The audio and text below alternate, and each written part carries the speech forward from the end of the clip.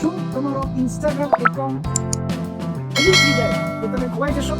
શું તમારો મોબાઈલ તૂટી જાય, નાશ પામે તો તમે જે કંઈ ડેટા અત્યાર સુધીમાં સેવ કરેલા છે અને તમારા જે કંઈ ઈમેલ આઈડી છે, તમારા કોન્ટેક્ટ છે, તમારા ફોટોસ છે, એ બધા પણ નાશ પામે?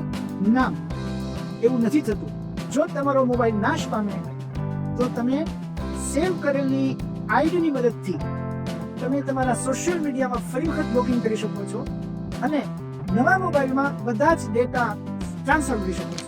આપણું આ શરીર એક મોબાઈલ જેવું છે. આપણા શરીરમાં રહેલો આત્મા એક આપણી આઈડી સમાન છે અને આપણે કરેલા કર્મો એક ડેટા સમાન છે. જ્યારે આ શરીર નાશ પામે છે એટલે કે મૃત્યુ પામીએ છીએ ત્યારે આઈડી રૂપી આત્મા એક નવા શરીરમાં ટ્રાન્સફર થાય છે અને તેની સાથે સાથે આપણે કરેલા બધા કર્મો પણ નવા શરીરમાં ટ્રાન્સફર થાય છે.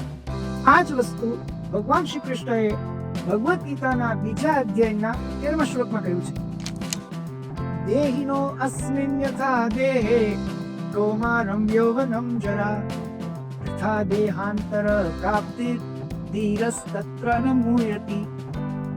આ દેહધારી આત્મા વર્તમાન શરીરમાં કુંવરાવસ્થામાંથી યૌવનાવસ્થામાં અને તેમાંથી વૃદ્ધાવસ્થામાંથી પસાર થાય છે અને મૃત્યુ સમયે આત્મા બીજા શરીરમાં પ્રવેશ કરે છે.